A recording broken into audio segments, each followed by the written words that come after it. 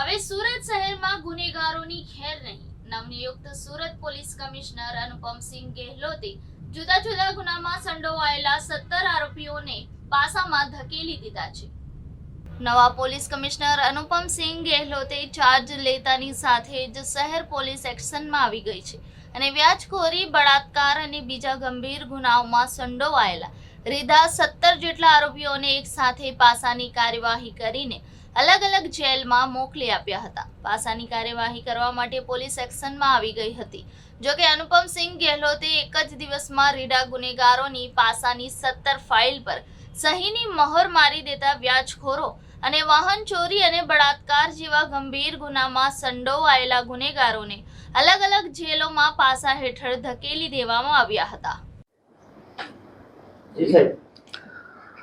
अपना આવનાર ચૂંટણીને ધ્યાને રાખી અને સુરત સિટીમાં કાયદો અને વ્યવસ્થા સરસ રીતે જાળવી રહે તે માટે છેલ્લા અમુક સમયમાં જેટલા બી ગુનેગારો હતા, જો બુટલેગિંગ સાથે સંકળાયેલા હતા, મારામારીના બનાવોમાં સંકળાયેલા હતા, પ્રોપર્ટી ઓફેન્સીસમાં સંકળાયેલા હતા અને સાથોસાથ જાતિ સતામણી જैसे પોસ્કો એક્ટ વગેરેમાં આ પ્રકારના ગુનાઓમાં આ લોકો સામેલ હતા.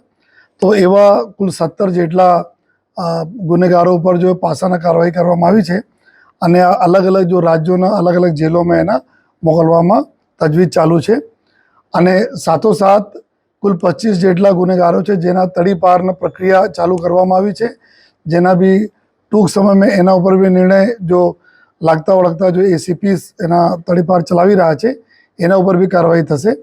અને આવનાર સમયમાં જો અમારી લિસ્ટ અમે લોકો એક તૈયાર કરી છે કે જેટલા બી ગુનેગારો છે, જેટલા લોકો જો એ શહેરના શાંતિ અને વ્યવસ્થાના ખોરવે છે, જેટલા જો જાહેરમાં ગુનાઓ કરતા રહે છે, જો આ તમામ લોકો ઉપર જો પોલીસનો વાત છે અને તમામ લોકો પર જો આવનાર દિવસોમાં સખત કાર્યવાહી અમે લોકો કરીશું.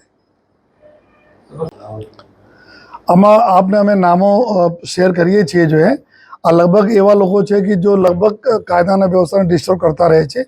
આ પ્રકારના લોકો છે. અલગ અલગ કુછ પોસ્કો એક્ટવાળા છે, આ બી એના માઇન્ડસેટ જેવા હોય છે. આ કોઈ બી નાની દીકરીઓ સાથે ગુના કરી શકે છે. તો આ જો 17 છે આમાં લગભગ જો સબ મોટા ગુનેગારો જેવું છે. અમે લોકો જો લિસ્ટ તૈયાર કરી છે આપણા એ કેટેગરી, બી કેટેગરીનો જો સૌથી વધારે જાહેરમાં જો ગુના કરવાવાળા લોકો છે એ કેટેગરીવાળા અને બી કેટેગરીવાળા છે જો ગુનાહિત પ્રવૃત્તિ ફ્રિકવન્ટલી વારંવાર હેબિચ્યુઅલ છે કરવાવાળા. આ તમામ લોકો ઉપર જો એક પૂરી ટીમ જો ક્રાઇમ બ્રાન્ચ, એસઓજી અને પીસીબીની ટીમ અને જો લોકલ સ્થાનિક પોલીસ આ લોકો અલગ અલગ ટીમ બનાવીને આ લોકો ઉપર જો સખત અમે લોકો કાર્યવાહી કરવા જઈ રહ્યા છીએ જો અને આવનાર દિવસોમાં આપ એના પરિણામ જોઈ શકશો. જો સતત ચેઇન સ્નેચિંગની ઘટનાઓ પણ હંમેશાની એક પણ ઓફેન્ડર વારંવાર કરતા હોય છે. એની સામે હવે તમારે શું? હા, આ જેટલા એક તો અમારા બે અમારા જો અત્યારે સ્ટ્રેટજી છે. એક તો એવા બનાવ નહીં બને એના માટે જો એ પોલીસના જો પ્રિવેન્ટિવ જેટલા બી અમે પેટ્રોલિંગ હોય યા એવા ગુનેગારો જો પહેલે પકડાયા હોય એના જો ફ્રિકવન્ટ ચેકિંગ એના જો ટ્રેસ કરવાના, એના ઉપર વાચ રાખવાના, સાથોસાથ જેટલા બી ડિટેક્ટ થતા જાય આ લોકો પર તમામ ઉપર જો આ પ્રકારના અમે મોટા જો પ્રિવેન્ટિવ એક્શનના કાર્યવાહી બી કરીએ છીએ. આપના અવકાશ પહેલા સતત આપણે ધ્યાનમાં હત્યાના બનાવો બન્યા હતા. તો આ મુદ્દે આપણે રિવ્યુ કર્યો છે. શું કારણો સામે આવે આ મુદ્દે આપણે કોઈ સૂચનાઓ આદેશ આપ્યો અધિકારીઓ? અમુક જો કોઈ ઘરેલું પ્રોબ્લેમને લીધે જો અંદરને લીધે જો કોઈ બનાવ મર્ડરના બની ગયા છે તો એના થોડા સા પ્રિવેન્ટ કરવામાં બી એક પ્રિડિક્ટ કરવામાં બી થોડા દિક્કત રહે છે. પરંતુ એવા બનાવ જો જાહેરમાં બનેલા છે જો કોઈ ઓર્ગેનાઇઝ ક્રાઇમના ભાગરૂપે કોઈ બને યા આપસમાં કોઈ જો દુશ્મની ચાલતી હોય તો બે ગ્રુપના વચ્ચે એના પછી બને તો એવા બનાવોને અમે ખાસ કરીને પહેલે જો એવા પ્રકારના જો તથ્યો છે અને એવા વિસ્તારો છે ત્યાં વધારે અમે લોકો થોડા સા કડકાઈ બી કરીશ જોઈએ જેથી આ પ્રકારના બનાવ કોઈ નહીં બને જોઈએ.